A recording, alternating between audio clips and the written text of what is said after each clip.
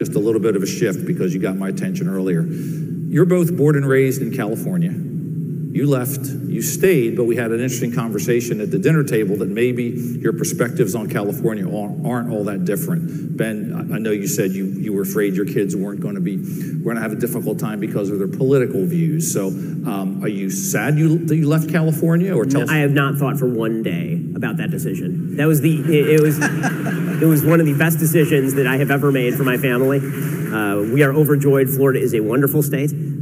Basically, because of my Orthodox Jewish faith, that means that I had to move to a place that had some significant Jewish resources. And so I was looking for a place that had those resources, was in a red state, preferably with 0% state income tax. And that narrowed it down to basically Dallas and Florida. And so we ended up in Florida.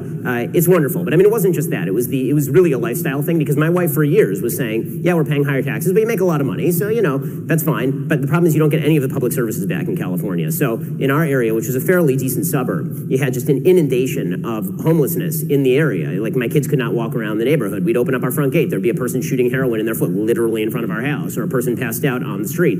We had our business on Ventura Boulevard. We had to board up windows during the George Floyd, some protests, some riots. We had, there was a homeless person who smashed the front plate glass window of our establishment when we left, and we moved our main business to Nashville. And then my family and a small core of the business moved to Florida. When we left, we thought that we were going to lose probably half the people working for us. Instead, I think over 90% of the people were like, "You're going, get us out of here." Everybody wanted out. There's a reason people are leaving California. Well, Anna, you shared some concerns too, and California, like Pennsylvania, lost another congressional seat. So their population is not growing, certainly not at the same rate as Texas, Florida, et cetera. So share some of your concerns, because you talked a little bit about it before. Sure. So California is poorly governed right now.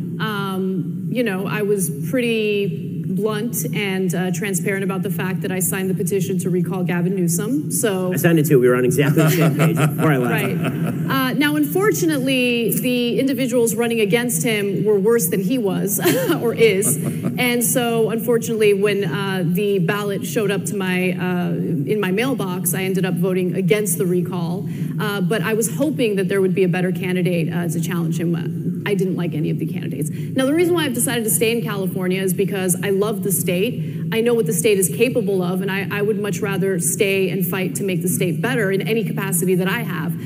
But with that said, the issues in California are endless. You have corruption. I mean, literally a city council member had his office raided by the FBI because of the pay-for-play scheme that he was engaged in. You have real estate developers running amok. You have this effort to build public housing to alleviate some of the homelessness, but at the same time, you have the lawmakers in the state giving these sweetheart deals to developers who are very clearly inflating their prices and taking forever to build said public housing. So there's all sorts of mismanagement. I disagree with the way that they're handling the homelessness issue as well, although I think my solutions might be a little different.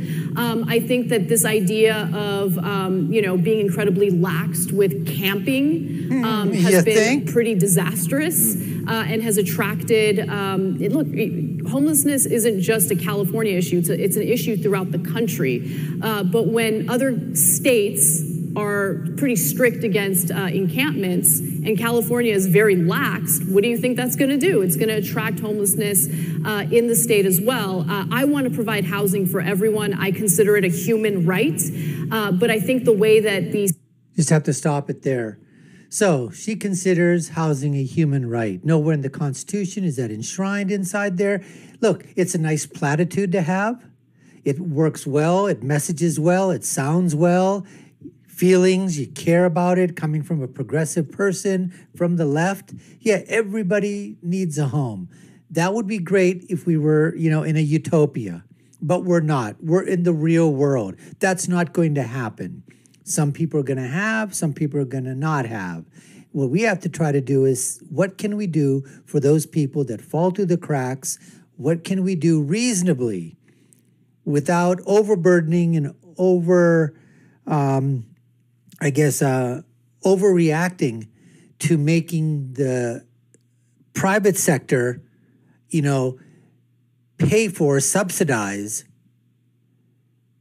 for the homeless. I mean, they're already paying enough in taxes and other things as it is, I believe. And yes, it's great to give back, but when you throw out these disincentives for builders and developers to come into an area to build, and then you say, well, a certain amount of your housing has got to be basically given out for free or at very reduced rates. Well, what's it going to do to subsidize those very low rates or no rates? You're going to have to charge the other people even higher rates to make up for that.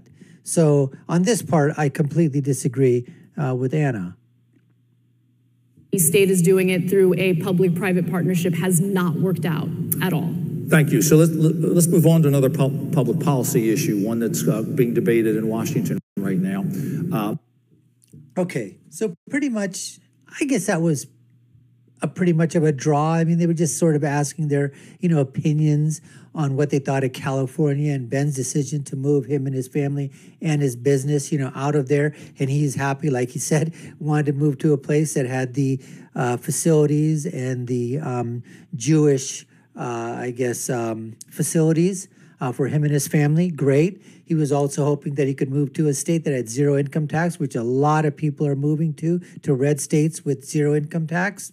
He's happy with his decision. That's a greatness of this country, that you're moving, you're free to move, to do whatever it is that you want to do if you can do it. On account of with saying that, she wants to fight for what she believes in. She wants to fight within the borders of California. Okay, that's fine. So I think that was pretty much of a draw in part 5.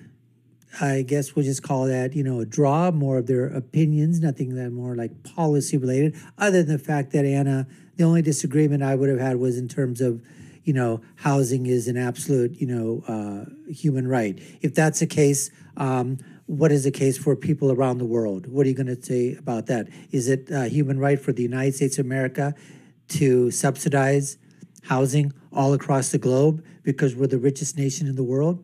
I don't know. It's a topic for another day. Anyways, we appreciate you taking the time to watch. Hope you enjoyed this. You've been watching the Dr. Nasir Shaikh Show. I've been your guest host. My name is Dr. Nasir. First time here, if you're a long-time listener or viewer, but you haven't touched that subscription button, go ahead and smash that button. Hit that notification bell. Like, share, and follow us. Put your comments down below. Let us know what you think. And I'll leave you with my final thought, which is, when you're right, you're right. And when you're left, you're wrong. See you again next time, folks. Take care and stay safe.